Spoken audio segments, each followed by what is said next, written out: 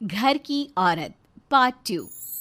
मीना याद है ना आपको, जिसके ससुराल में ससुर और पति कैसे उसका और उसकी सास का अपमान किया करते थे। वैसे तो मीना को नौकरी की इजाजत मिल गई थी, लेकिन मीना, ये क्या है? खाना अभी तक नहीं बना। कब से मैं यहाँ बैठा हूँ कि नाश्ता कर लूँ। बस 2 मिनट, वो ऑफिस की एक ईमेल करनी है।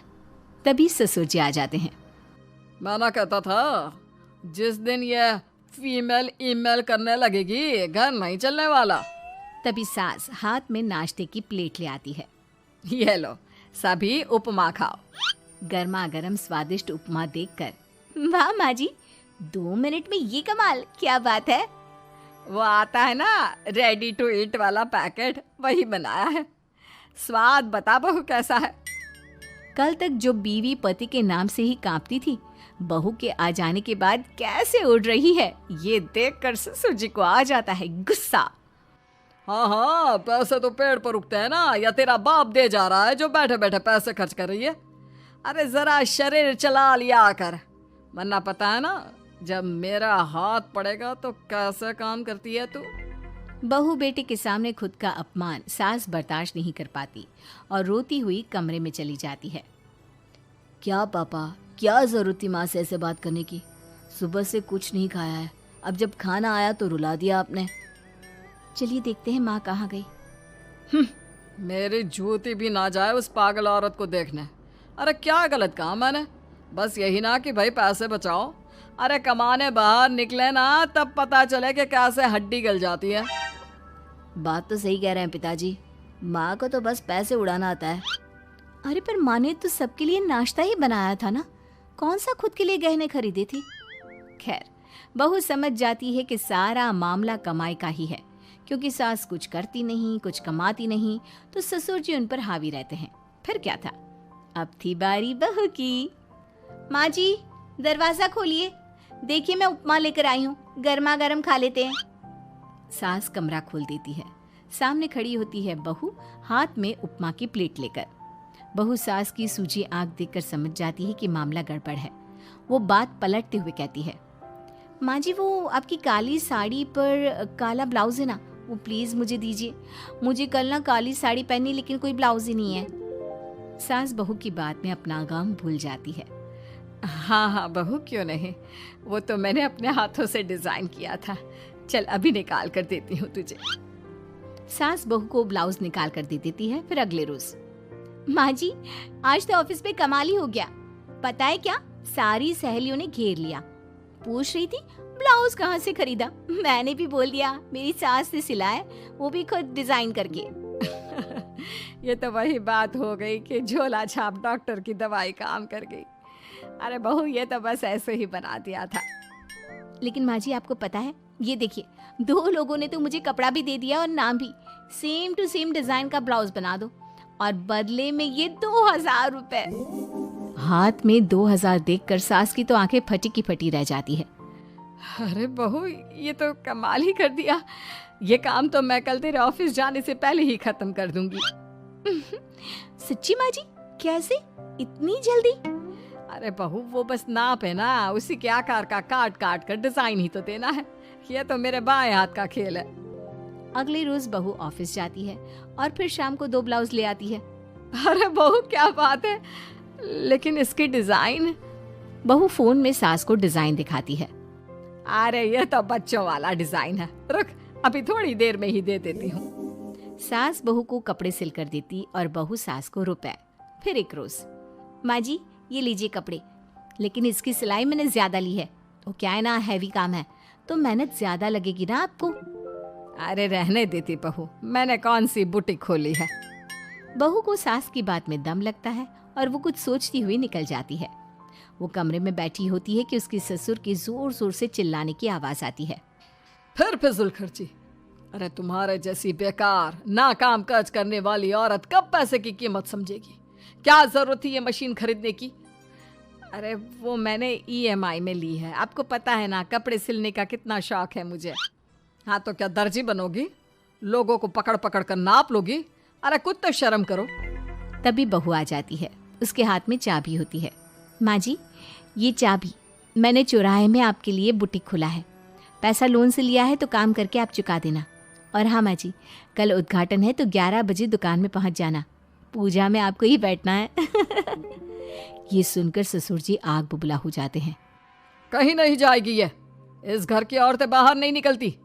तू तो इंजीनियर है इसलिए तुझे इजाजत दे दी, लेकिन ये तेरी सास 4 अक्षर नहीं आते इसको।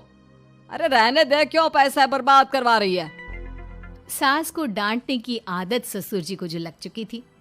सास बहू की ओर देखती है। तो माँ जी, कल वक्त से तैयार रहना। ससुर जी, आप ही तो माँ जी को कहते थे ना उन्हें पैसे की कदर नहीं है, तो अब वो खुद ही कमाने जा रही हैं। अरे और क्या पापा, देखिए मीना ने कितना अच्छा बुटीक खुला है माँ के लिए। अरे रहने दो, ये कुछ नहीं कर पाएगी, गंवार कही की। ससुर की रजामंदी ना होने के बाद भी सास काम करती है, लेकिन ससुर भी ससुर होता है। एक रोज सास देर से घर आती है। कहाँ घूम रही थी? ये कोई वक्त है घर आने का?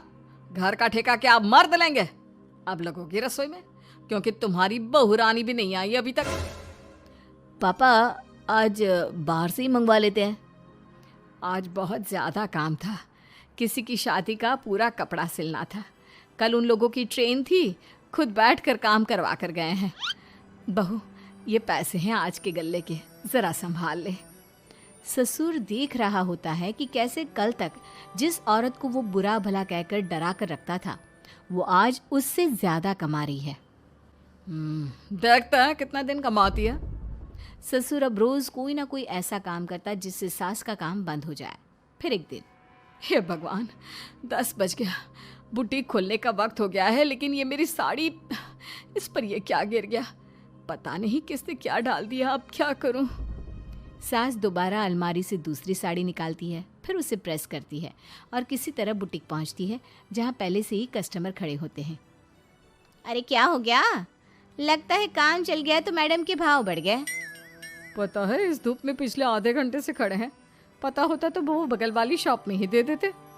अरे माफ़ करिएगा, वो क्या हुआ ना, तैयार होकर निकल ही रही थी कि साड़ी में सॉस गिर गया। दोबारा साड़ी चेंज की तो आप आई। ठीक है, लेकिन अब आ गई है तो ज़रा जल्दी से कपड़े दे दो, हमें जाना है। सास को कस्टमर की बात बुरी लगती है, लेकिन क्या करती, वो जल्दी से सभी को सारा सामान देकर विदा करती है। सारा दिन काम करती है। वो निकल ही रही थी कि एक कस्टमर आती है। जी, वो मेरी साड़ी है ना शादी की, उसका लहंगा बनवाना है। हाँ हाँ, क्यों नहीं, बनवा लो। शादी की साड़ी के साथ इमोशंस जुड़े होते हैं। बिल्कुल सही बोला आपने। परसों मेरी शादी की सालगिरह है, तो ज़रा बना देना। अरे नहीं, इतनी जल्दी कहाँ तैयार होता है शादी का लहंगा? कम से कम 4 दिन तो। देखिए, आप 2 दिनों में जितना कमाती है ना, वो मैं आपको 1 दिन में दे दूंगी। बस मेरी ये शादी की साड़ी का लहंगा बना दीजिए। सास को भी अब पैसे की लालच आ जाती है। वो सोचती है कि वैसे भी कोई अर्जेंट काम नहीं है तो वो मैनेज कर लेगी। अब ठीक है, नाप दे दीजिए। औरत नाप देकर वहाँ से चली जाती है। सास सोचती है कि घर जाकर रात में काम करेगी। ये सोचकर वो उस औरत की शादी की साड़ी घर ले आती है। वाह, अब काम घर पर भी ले आ रही हो। हाँ, लेकिन घबराइए नहीं, घर के काम में कोई असर नहीं होगा। सास घर का काम करती है, बहू के साथ खाना बनाती है, खिलाती है, और फिर क्या बात है सासू माँ, बड़ी जल्दी जल्दी काम कर रही हैं आज। सास बहू को सारी बात बताती है। क्यों माँ जी, इतनी भी क्या मेहनत करना? अरे बात सिर्फ पैसे की नहीं है, बल्कि उस बेचारी औरत की इमोशंस की भी थी। ये उसकी शादी की साड़ी है ना। ससुर पास खड़ा सब सुन रहा था। अब देखो, बहुत काम करने का शौक है ना, कैसे भरे बाजार तुम्हारी दुकान खुद तुम बंद करोगी। जब सास पूरी रात काम करके सुबह लेटती है, मौका देखकर ससुर कैंची से साड़ी को काट देता है। अगली सुबह, चलो, कल आधा लहंगा सिला था, आज पूरा करके शाम को ही उसे उसका लहंगा सौंप दूंगी। लेकिन ये क्या, सास जैसे ही लहंगा उठाती है, लहंगा तो फटा होता है। वहीं ससुर छुपकर सास को देख रहा था। हाय रे, ये किसने किया? ससुर छुपकर हंस रहा था। बहू देख लेती है और ससुर के पास जाती है। पिताजी, आपसे ऐसी छोटी हरकत की उम्मीद नहीं थी। अब खुद ही दुकान बंद करेगी। ससुर वहाँ से चला जाता है। सास भी वहाँ आ जाती है। वो समझ जाती है कि उसके पति ने ही साड़ी पर कैंची चलाई है। लेकिन फिर शाम को, जी वो मेरा लहंगा तैयार हो गया? हाँ जी, मैं तो कहती हूँ कि आप एक बार लहंगा पहन कर भी देख ले। औरत लहंगा पहन कर आती है और खूब खुश हो जाती है। अरे ये लहंगा है ना अंकल जी कमाल का, आंटी जी ने बनाया है, बिल्कुल लेटेस्ट डिज़ाइन। औरत सास को ढेर सारे पैसे देकर चली जाती है। लेकिन मैंने तो ये औरतों का फैशन है, कहीं से सिल दो या कहीं से काट दो, फैशन ही होता है। चलिए शाम का खाना मेरी तरफ से, आज आपका जन्मदिन है ना, रिटर्न गिफ्ट तो बनता ही है।